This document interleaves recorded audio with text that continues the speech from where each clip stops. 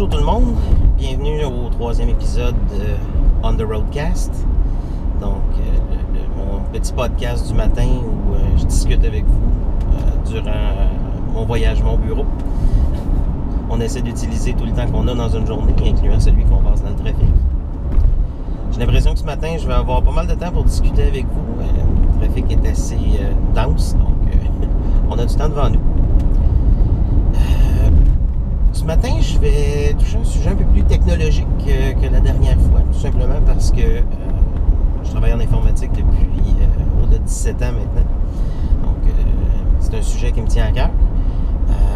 Le sujet dont je vais vous parler aujourd'hui, c'est un peu toute la vague, si vous voulez, 8 de Microsoft. Donc, tout ce qui est Windows 8, Windows Phone 8, même incluant Xbox One, qui est en réalité une autre saveur, une autre implémentation de la plateforme Windows 8 et de ce qui s'en vient aussi. Donc, ce qui est arrivé depuis Windows 8.1, 8.1 Update 1 et maintenant ce qui s'en vient dans le futur, Windows 9 avec le nom de code Threshold pour l'instant.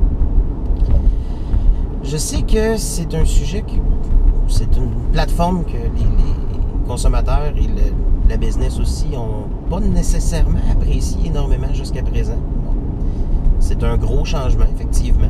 C'est majeur, je vous l'accorde. C'est des nouvelles choses à apprendre, c'est un nouveau type d'environnement. Bon. Et je sais que les gens sont en général assez réticents au changement. Et quand je parle des gens, je parle d'une généralité. Là, je suis vraiment pas au spécifique ou quoi que ce soit. Puis, c'est pas nécessairement mauvais non plus.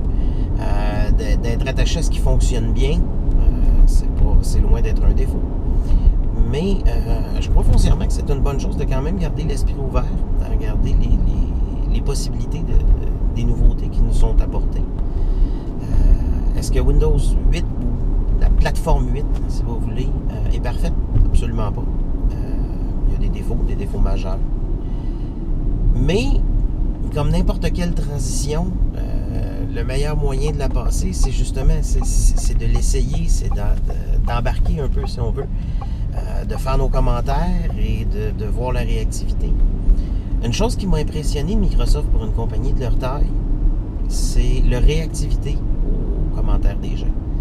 Bon, malheureusement, les réactions du grand public n'ont pas nécessairement suivi la réactivité de l'entreprise, ce que je trouve un peu dommage, parce que si on regarde la majorité des concurrents de Microsoft, si on veut, lorsqu'ils se font, pas nécessairement blâmer, mais aussitôt qu'il y a un manque de satisfaction ou des propositions faites par les usagers pour des transformations, la réactivité n'a pas nécessairement été là en général. Tandis que Microsoft, bon, historiquement, ils n'ont peut-être pas eu la plus grande des réactivités, mais dans cette plateforme-là, ils l'ont eu. Dans cette plateforme-là, quand le public a spécifié que certaines choses ne faisaient pas leur affaire, bon, ils n'ont pas réinventé, ils n'ont pas refabriqué un nouveau Windows 7. C'est normal. Je ne m'attendrais pas et j'aurais peur qu'une compagnie recule aussi loin. Mais ils ont apporté des modifications pour faciliter l'utilisation de la souris, faciliter l'utilisation du clavier, ou faciliter l'utilisation d'une plateforme qui n'était pas touch-base. Encore là, ils se sont fait dire « Ah bon, vous voyez, ils admettent la défaite. » Pourquoi? Pourquoi, lorsqu'une compagnie écoute ce que leur clientèle a à dire, qu'ils écoutent leurs commentaires et qu'ils corrigent, ils se font dire « Ah, ils ont admis la défaite. Ils ont admis que ce qu'ils avaient fait, c'était pas bon, c'était... » Non, ils ont admis que les clients avaient des commentaires, ils avaient des suggestions et ils ont implémenté certaines de ces suggestions-là. Pour moi, c'est une image d'adaptabilité d'une compagnie qui est au contraire très rafraîchissante à voir. Comparé à, et je sais que les gens qui me connaissent vont avoir un petit sourire ici, mais comparé à un Apple qui se fait dire depuis des années qu'un seul exemple, l'écran de leur téléphone est trop petit. Ça a pris plus que la moitié de la vie du produit. Est-ce qu'ils arrivent à un mini compromis? Aujourd'hui, à toutes les nouvelles versions de leurs appareils, La première chose que les gens s'attendent, plus de grandeur d'écran, plus de modèles d'écran. Qu'est-ce qu'ils ont? Le minimum possible est souvent absolument rien. Mais, bizarrement, eux, c'est des pionniers, c'est génial, tout ce qu'ils fabriquent, c'est de l'art. Pourquoi? Pourquoi quand une compagnie décide d'écouter les demandes de leur clientèle, ils sont vus comme reculants, comme admettant la défaite, comme... Puis lorsqu'une compagnie ignore complètement leur clientèle, bizarrement, ils sont vus comme les sauveteurs de l'univers. C'est un concept avec lequel j'ai un petit peu de difficulté. Mais bon. Parlons de ce qui est intéressant dans ce qui s'en vient pour Windows 8 et pour la plateforme 8. Microsoft arrive avec des transformations qui vont permettre l'utilisation de la souris de façon beaucoup plus intuitive au niveau de l'interface précédemment appelée Metro ou moderne, ou si on veut les fameuses tuiles interactives. Ils vont rajouter un menu contextuel sur un clic droit, ce qui était une chose qui, oui, honnêtement, manquait. Donc, c'est quelque chose qui nous ramène avec une interface plus facile à contrôler lorsqu'on n'est pas en mode touch. Ils vont également rajouter la possibilité d'avoir un icône pour allumer ou éteindre la machine directement sur l'écran de démarrage, au lieu d'aller le chercher à l'intérieur des charms qui sont sur le côté, qu'on appelle beaucoup plus facilement en mode touch qu'en mode desktop. Donc, une autre petite modification qu'ils ont fait. Ils arrivent avec la possibilité de voir, d'attacher à la barre de tâches des applications modernes ou métro, si on veut. Dans la version future, on s'attend à avoir des applications métro qui vont pouvoir être ouvertes à l'intérieur du desktop, donc en mode flottant, comme des applications desktop traditionnelles. Donc, on arrive, je crois, à un mode hybride un peu plus, où on n'aura pas l'impression d'avoir deux OS, donc un pour le touch, un pour le desktop traditionnel, mais plutôt une interface hybride qui va prendre le meilleur des deux mondes. Parce qu'en réalité, c'est ça le but, c'est qu'ils ont intégré une nouvelle plateforme qui se veut être l'avenir de Windows, non ni plus ni moins. Et s'il y a des gens qui s'attendaient à ce que cette nouvelle plateforme-là arrive et que le merge soit parfait en première version, je m'excuse, mais c'est complètement irréaliste. C'est quelque chose, justement, qui prend de l'interaction avec les usagers, qui a besoin de ces commentaires-là de la communauté en mode d'utilisation. Il est impossible de simuler ou d'imaginer toutes les utilisations possibles que les gens vont faire de ces nouveaux interfaces-là. Donc, pour ne pas simplement continuer à extensionner une plateforme qui date maintenant de près de 20 ans, qui est la plateforme c'est l'évolution de la plateforme Windows 9X en réalité. Parce qu'entendons-nous, oui, il y a eu énormément de changements, d'évolution à l'intérieur de la plateforme depuis Windows 95, mais le paradigme d'utilisation reste sensiblement le même. Donc là, si on arrive à une transition d'une interface usagée qui a vécu pour les 20 dernières années, c'est sûr qu'il va y avoir un besoin d'évolution, il va y avoir un besoin d'essai-erreur un petit peu à la limite, oui. Ils ont créé une nouvelle plateforme, maintenant ils sont en train d'intégrer cette nouvelle plateforme-là avec ce qu'on utilise un peu tous les jours.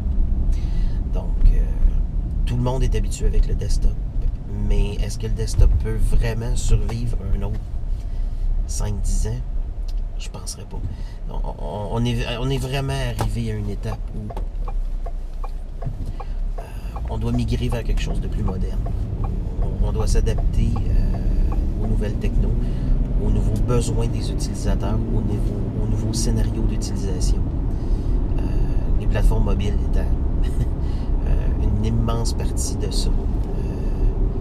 De dire qu'il faut forcer les utilisateurs desktop à vivre dans une plateforme mobile, non, du tout. Mais il y a moyen de faire quelque chose entre les deux. Puis je pense que Microsoft ont touché au début de quelque chose. C'est pas encore à maturité, mais je crois qu'ils ont vraiment le filon qui est possible d'exploiter jusqu'à arriver à quelque chose intéressant, si on veut, pour les deux mondes. Autant pour la productivité en entreprise que pour le consommateur qui, lui, veut consommer du média, qui veut lire, qui veut consommer de l'information, qui veut communiquer. La plateforme est capable de faire toutes ces choses-là. Maintenant, les prochaines évolutions, ça va être de rendre la transition le plus invisible possible. Puis, honnêtement, je déteste pas l'idée de base que Microsoft a placée dans la plateforme Xbox. Aussi bizarre que ça puisse paraître, la plateforme Xbox, c'est une plateforme hybride.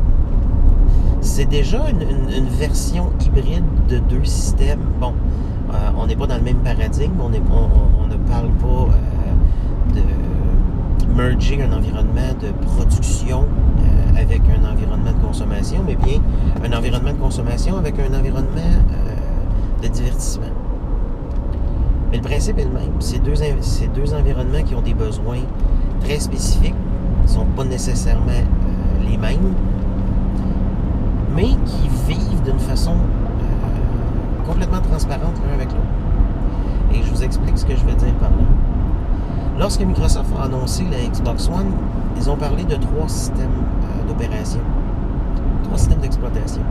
En réalité, ce que c'est le système de base qui est en réalité une sous-version de Windows 8, une sous-version de Windows. Le deuxième système d'exploitation étant le système Xbox lui-même, la plateforme de jeu. La plateforme dans laquelle chacun de vos jeux vidéo vont tourner lorsque vous jouez. Et la troisième plateforme, c'est Hyper-V, la plateforme de virtualisation de Microsoft. Mais en réalité, ce qui se passe, c'est que les jeux sont exécutés dans une machine virtuelle qui, elle, fonctionne sous le système d'exploitation de Xbox. Et c'est ce qui permet justement de tomber en mode complètement multitâche, c'est-à-dire où vous pouvez avoir une fenêtre Internet Explorer ouverte. Pendant que vous jouez, vous pouvez transitionner d'un jeu à une recherche Bing, ou d'un jeu à une vidéo, ou d'un jeu à la télé, de la télé à Netflix, de Netflix à l'application ESPN, par exemple. Parce qu'en réalité, tout ce qui est apps, tout ce qui est applications, donc la télé, Netflix, Xbox Vidéo, Xbox Music, ESPN, ce sont des applications Windows qui tournent en parallèle sur un système d'exploitation Windows comme on a toujours connu.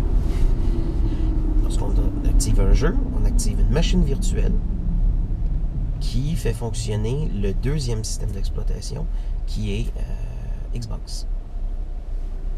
Donc, vous voyez, on arrive à avoir deux systèmes complètement disparates qui fonctionnent en parallèle de façon complètement indétectable, si on veut. On ne voit pas la barrière entre les deux systèmes. Puis je pense que c'est un peu ce concept-là qui est en train de prendre racine, bon, pas nécessairement de façon technique avec la machine virtuelle et tout, mais si on regarde ce qu'est le desktop, c'est la plateforme legacy traditionnelle. Exactement la même chose que la plateforme Xbox, que le système d'exploitation Xbox. Et la plateforme legacy traditionnelle pour l'exécution des jeux. Et on a la version moderne, ou si on veut, métro de Windows, qui exécute toutes les autres applications, qui n'est plus ni moins ce qui se passe dans Windows 8 aussi. Donc, je crois qu'en exploitant cette fonctionnalité-là en particulier, Microsoft peut avoir une très bonne chance d'égaliser, si on veut, et de dissimuler la différence entre les deux faces de Windows pour avoir une utilisation un peu plus homogène. Donc, ils ont tous les outils, il reste juste à décider exactement où, quand et comment on va les utiliser. Et je crois sincèrement que si le marché peut donner le temps à Microsoft justement de démontrer ce genre de fonctionnalité-là et le temps de développer ce genre de fonctionnalité-là, ils sont sur la bonne piste. Ils ont définitivement le bon filon. C'est juste que le marché lui donne la chance de l'exploiter. Puis, vous me direz, dans ce marché-là, on se fait pas donner la chance, on la prend, puis vous avez parfaitement raison. Et je crois que c'est pour ça qu'il y a eu des changements au niveau organisationnel chez Microsoft si récemment et durant une bonne partie de la dernière année. Je crois sincèrement que ces changements-là sont positifs, malgré que je ne veux pas nécessairement non plus lancer la pierre à l'ancienne administration. Ils ont quand même fait vivre une méga corporation pendant très longtemps. Mais les changements qui ont été faits, je crois qu'ils sont vraiment pour le mieux. Et je crois qu'il y a encore un bel avenir dans ce qu'on pourrait croire aujourd'hui être un dinosaure de l'informatique. Vendez pas la peau de Microsoft encore. Je crois qu'il leur reste encore quelques bonnes années de vie à venir. Donc, sur ce, je conclue l'épisode numéro 3 de On the Roadcast et à la prochaine.